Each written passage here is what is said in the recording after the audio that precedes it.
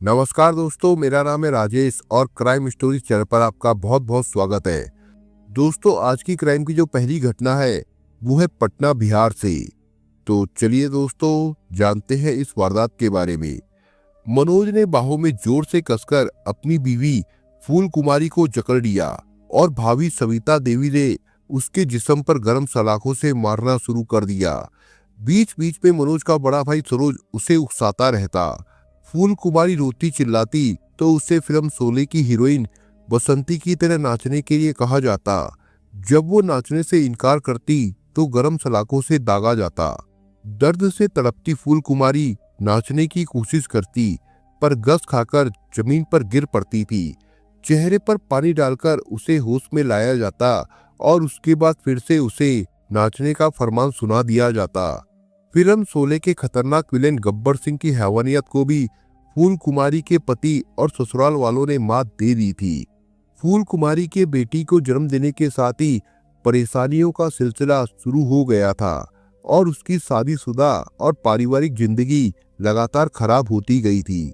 बेटी को जनने वाली फूल कुमारी पर उसके सास ससुर, भैंसुर, गोतनी और उसके पति का जोर जुल्म शुरू हो गया था।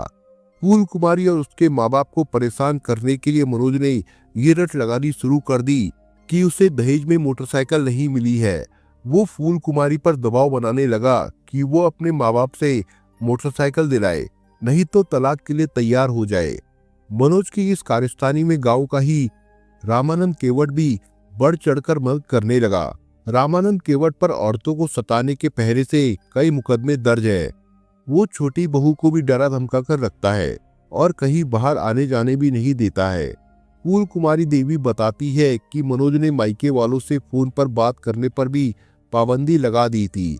4 जून 2016 को उसे घर के एक कमरे में धकेलकर दरवाजा बंद कर दिया गया और सास मुन्नी देवी पहरेदार के रूप में बाहर डंडा लेकर बैठी रहती थी।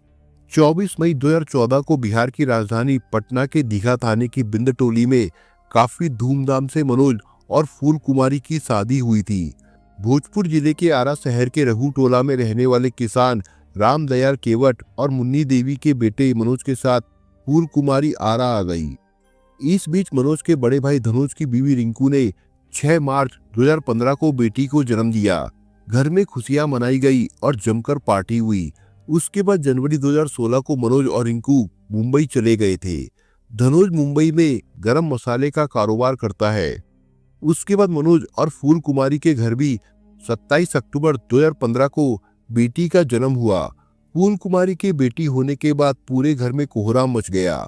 जब फूल कुमारी के पिता रविंदर महतो को अपनी बेटी की दर्द भरी कहानी का पता चला तो वो बेटी की ससुराल आरा पहुंचे।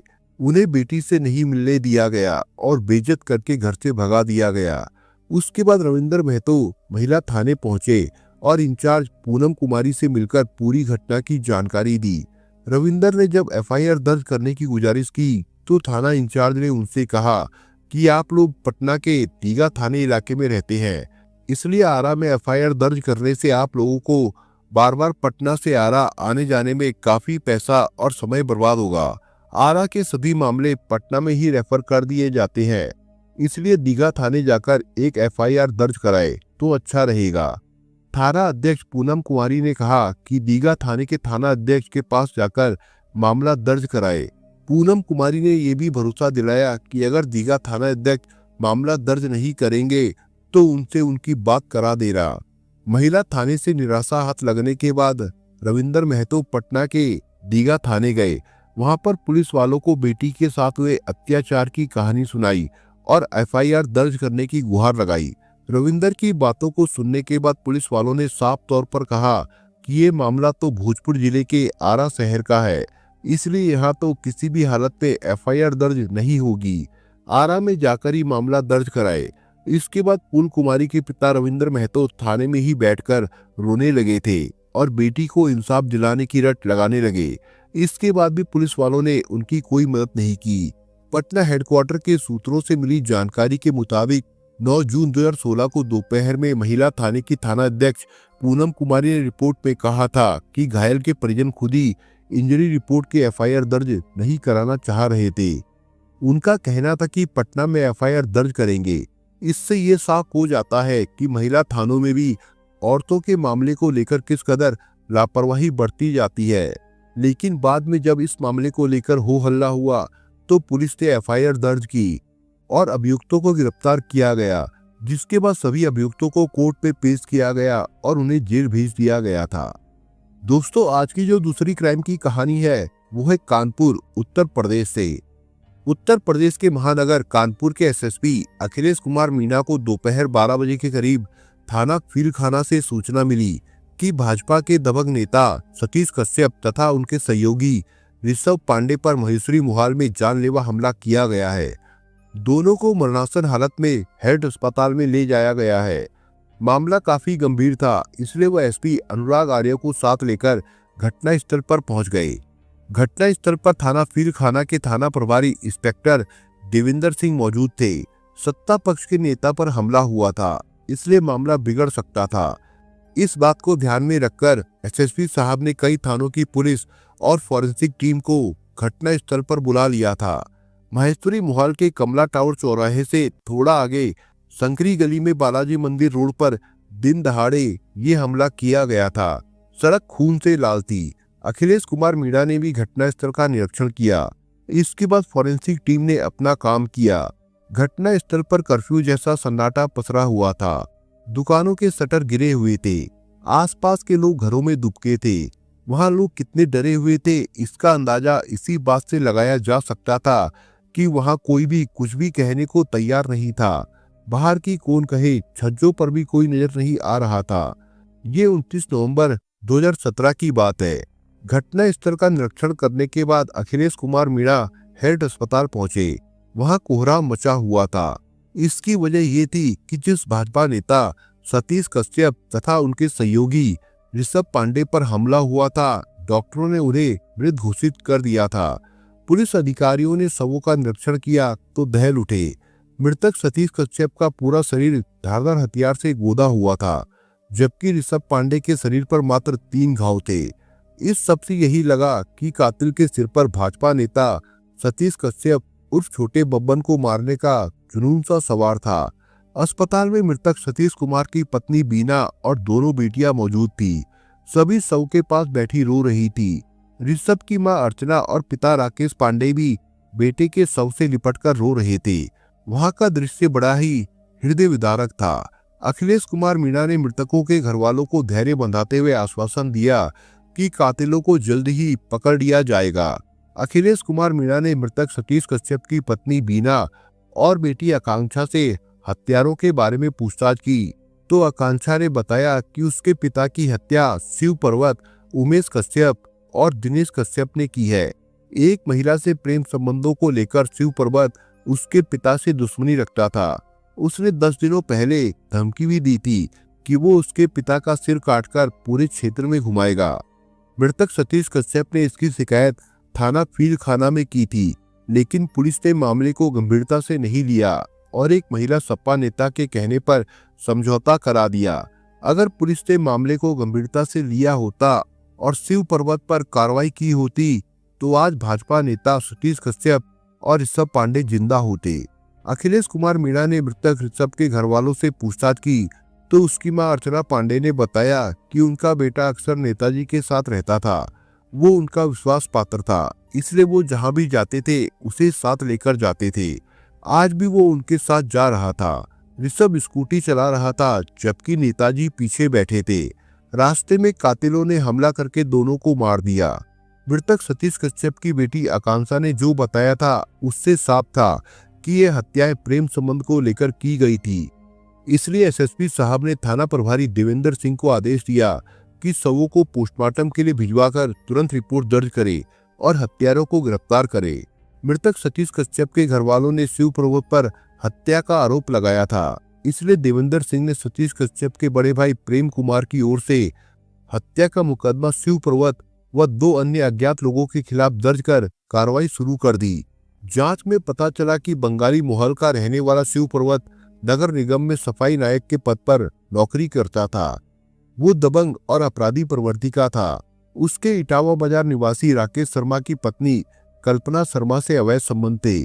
इधर कल्पना का मिलना जुलना सतीश कश्यप से भी हो गया था। इस बात की जानकारी शिव पर्वत को हुई तो वो सतीश कश्यप से दुश्मनी रखने लगा। इसी वजह से उसने सतीश की हत्या की थी।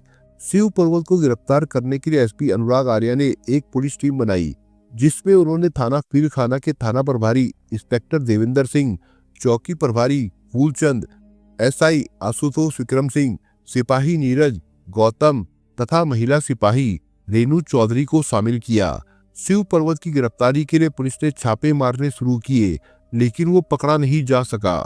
इसके बाद पुलिस ने उसे गिरफ्तार करने के लिए उसके मोबाइल नंबर को सर्विलांस पर लगाया तो उसकी लोकेशन के आधार पर उसे फूलबाग चौराहे से गिरफ्तार कर लिया गया। शिव पर्वत को गिरफ्तार कर थाना फीलखाना लाया गया। एसपी अनुराग आर्य की मौजूदगी में उससे पूछताछ की गई तो उसने बिना किसी बहानेबाजी के सीधे सतीश कश्यप और ऋषभ पांडे की हत्या का अपना अपराध स्वीकार कर लिया। उसने बताया कि उसकी प्रेमिका कल्पना शर्मा की बेटी की शादी 30 नवंबर को थी। इस शादी का खर्चा वही उठा रहा था, जबकि सतीश कश्यप भी शादी कराने का श्रेय लूटने के लिए पैसे खर्चे करने लगा था। ये बात उसे बुरी लगी थी। उसने उन्हें चेतावनी भी दी थी, लेकिन वो नहीं माने। उसकी नाराजगी तब और बढ़ गई जब कल्पना शर्मा ने सतीश कश्यप को भी शादी में निमंत्रण दे दिया। इसके बाद उसने सतीश कश्यप की हत्या की योजना बनाई और शादी से एक दिन पहले उनकी हत्या कर दी। ऋषभ को वो नहीं मारना चाहता था, लेकिन वो सतीश कश्यप को बचाने लगा तो उस पर भी उसने हमला कर दिया। इसके अलावा वो जिंदा रहता तो उसके खिलाफ गवाही देता। पूछताछ के बाद पुलिस ने उस हथियार, खून से सने कपड़े बरामद कराने के लिए कहा तो उसने फैतफुलगंज स्थित जगमोहन मार्केट के पास के कूड़ादान से चाकू और खून से सने कपड़े बरामद करा दिए। बयान देते हुए शिव पर्वत रोने लगा तो अनुराग आर्य ने पूछा, तुम्हें दोनों की हत्या करने का पश्चाताप हो रहा है क्या? शिव पर्वत ने आंसू पोंछते हुए तुरंत कहा, सर, हत्या का मुझे जरा भी अफसोस नहीं है। मैं ये सोचकर परेशान हो रहा हूँ कि मेरी प्रेमिका इस बात को लेकर परेशान हो रही होगी कि पुलिस मुझे परेशान कर रही होगी। सतीश कश्यप और ऋषभ की हत्याएं कल्पना शर्मा की वजह से हुई थी, इसलिए पुलिस को लगा कि कहीं हत्या में कल्पना शर्मा भी तो शामिल नहीं थी। इस बात का पता लगाने के लिए पुलिस टीम ने कल्पना शर्मा के मोबाइल नंबर की कॉल डिटेल निकलवाई तो पता चला कि घटना से पहले और बाद में शिव पर्वत की उससे बात हुई थी। इसी आधार पर पुलिस पूछताछ के लिए कल्पना को भी 3 दिसंबर 2017 को थाने ले आई, जहां पूछताछ में उसने बताया कि सतीश कश्यप उर्फ छोटे बब्बन की हत्या की योजना में वो भी शामिल थी। इसके बाद देवेंद्र सिंह ने उसे भी साजिश रचने के आरोप में गिरफ्तार कर लिया। शिव पर्वत और कल्पना शर्मा से विस्तार से की गई पूछताछ में भाजपा नेता सतीश कश्यप और उनके सहयोगी ऋषभ पांडे की हत्या की जो कहानी सामने आई वो कुछ इस प्रकार से थी। महानगर कानपुर के थाना फीलखाना का एक मोहल्ला है बंगाली मुहाल। वहां की चावल मंडी में सतीश कश्यप अपने परिवार के साथ रहते थे। उनके परिवार में पत्नी बीना के अलावा 2 बेटियां मीनाक्षी, आकांक्षा और एक बेटा शोभित उर्फ अमन था। सतीश कश्यप काफी दबंग था। उसकी आर्थिक स्थिति भी काफी अच्छी थी, इसलिए वो किसी से भी नहीं डरता था। इसकी वजह ये थी कि उसका संबंध बब्बन गैंग के अपराधियों से था, इसलिए बाद में लोग उसे छोटे बब्बन के नाम से पुकारने लगे थे। इसी नाम ने सतीश को दहशत का बादशाह बना दिया था। फीलखाना के बंगाली मुहाल, महेश्वरी मुहाल, राममोहन का हाथा और इटावा बाजार में उसकी दहशत कायम थी। लोग उसके नाम से खौफ खाते थे। उस पर तमाम मुकदमे दर्ज हो गए थे। वो हिस्ट्री सीटर बन गया था। 10 सालों तक इलाके में सतीश की बादशाहत कायम रही, लेकिन उसके साथ घटी एक घटना ने उसका हृदय परिवर्तन कर दिया। उसके बाद उसने अपराध करने से तौबा कर ली। दरअसल उसके बेटे का एक्सीडेंट हो गया, जिसमें उसकी जान बच गई। इसके बाद से सतीश ने अपराध करने बंद कर दिए। अदालत से भी वो एक के बाद एक मामले में बरी होता गया। अपराध से किनारा करने के बाद सतीश राजनीति करने लगा। पहले वो बसपा में शामिल हुआ। सपा सत्ता में आई तो वो सपा में चला गया। सपा सत्ता से गई तो वो भाजपा में आ गया। राजनीति की आड़ में वो प्रॉपर्टी डीलिंग का धंधा करता था। वो विवादित पुराने मकानों को औने पौने दामों में खरीद लेता था। इसके बाद उस पर नया निर्माण करवाकर उन्हें महंगे दामों में बेचता था। इससे उसे अच्छी कमाई हो रही थी। ऋषभ सतीश कश्यप का दाहिना हाथ था। उसके पिता राकेश पांडे इटावा बाजार में रहते थे। उनके परिवार में पत्नी अर्चना के अलावा बेटा ऋषभ और बेटी रेनू थी। वो एक प्राइवेट कंपनी में नौकरी करते थे। 8वीं पास करके ऋषभ सतीश कश्यप के यहाँ काम करने लगा था। वो उम्र में छोटा जरूर था, लेकिन काफी होशियार था। सतीश कश्यप का सारा काम वही संभालता था। हालांकि सतीश का बेटा अमन और बेटी आकांक्षा भी पिता के काम में हाथ बटाते थे, लेकिन ऋषभ भी पूरी जिम्मेदारी से सारे काम करता था। इसलिए सतीश हमेशा उसे अपने साथ रखते थे।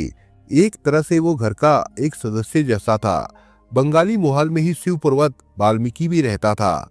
उसके परिवार में पत्नी राम दुलारी के अलावा 2 बेटियां थी।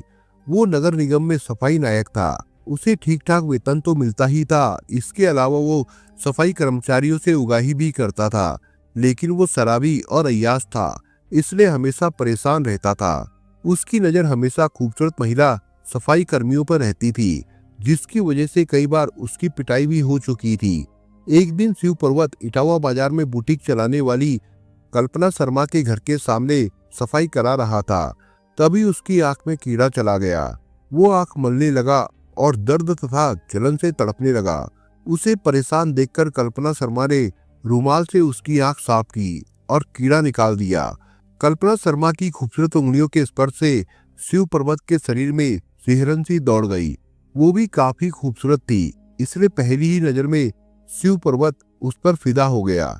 इसके बाद शिव पर्वत कल्पना के आगे पीछे घूमने लगा, जिससे वो उसके काफी करीब आ गया था। वो उस पर दिल खोलकर पैसे खर्चा कर रहा था। कल्पना अनुभवी थी। वो समझ गई कि वो उसका दीवाना हो चुका है। कल्पना का पति राजेश केटर्स का काम करता था। वो अक्सर बाहर ही रहता था।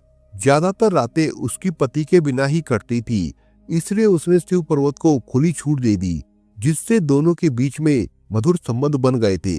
नाजायज संबंध बने तो शिव पर्वत अपनी पूरी कमाई कल्पना पर उड़ाने लगा, जिससे उसके अपने घर की आर्थिक स्थिति खराब हो गई थी। पत्नी और बच्चे भूखे मरने लगे। पत्नी वेतन के संबंध में पूछती तो वो वेतन न मिलने का बहाना कर देता, पर झूठ कब तक चलता।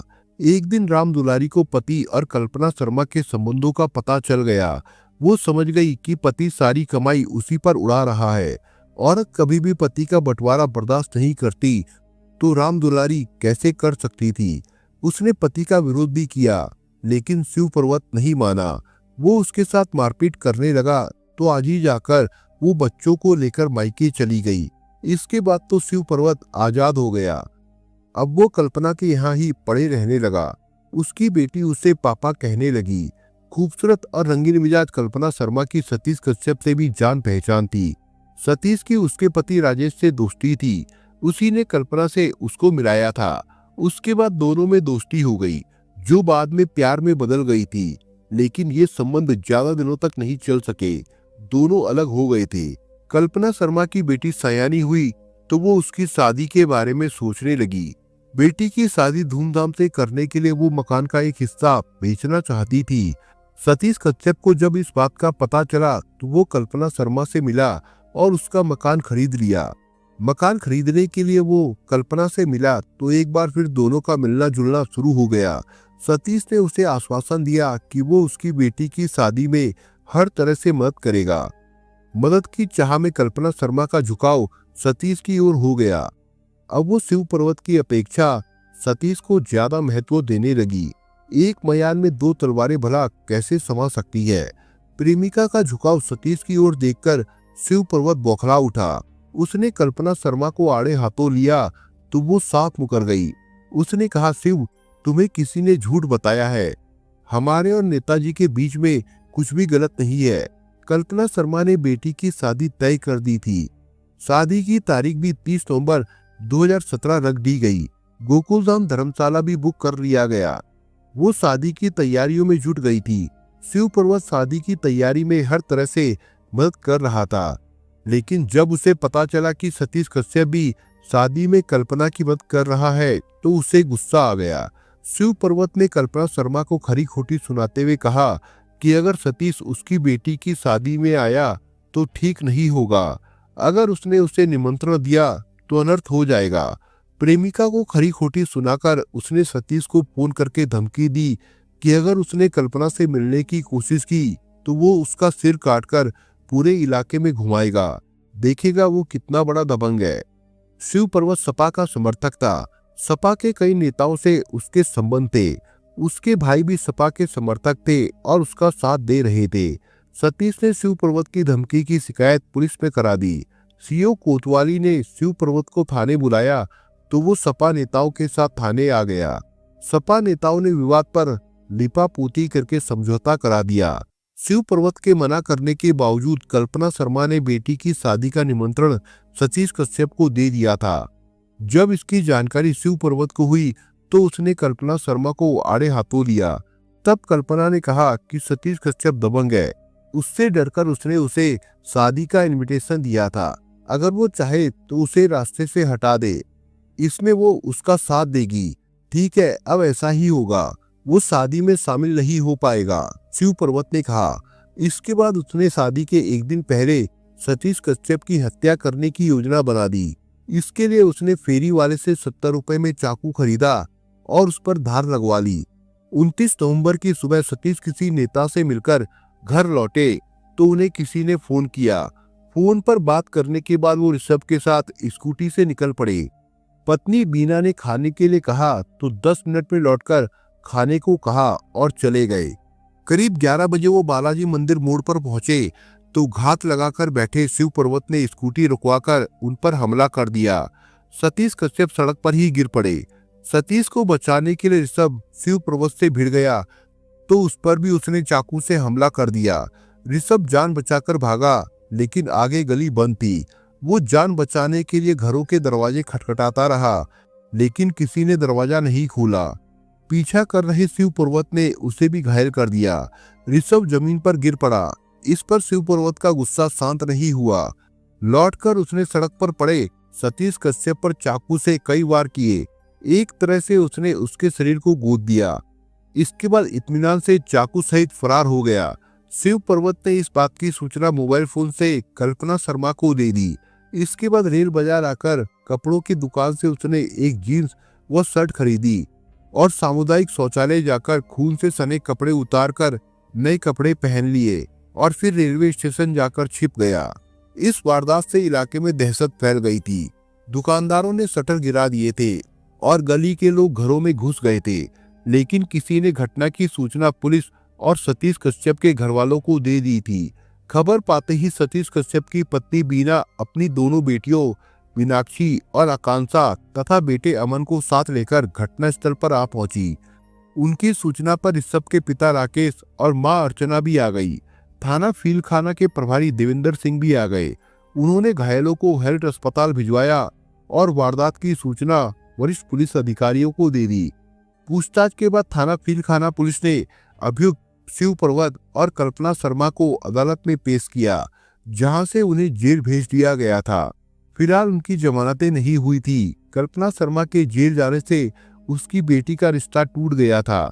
सोचने वाली बात यह है कि शिव पर्वत को क्या मिला। उसने जो अपराध किया है उसमें उसे उम्र कैद से कम की सजा तो नहीं होगी। उसने जिस कल्पना के लिए ये अपराध किया, क्या वो उसे मिल पाएगी?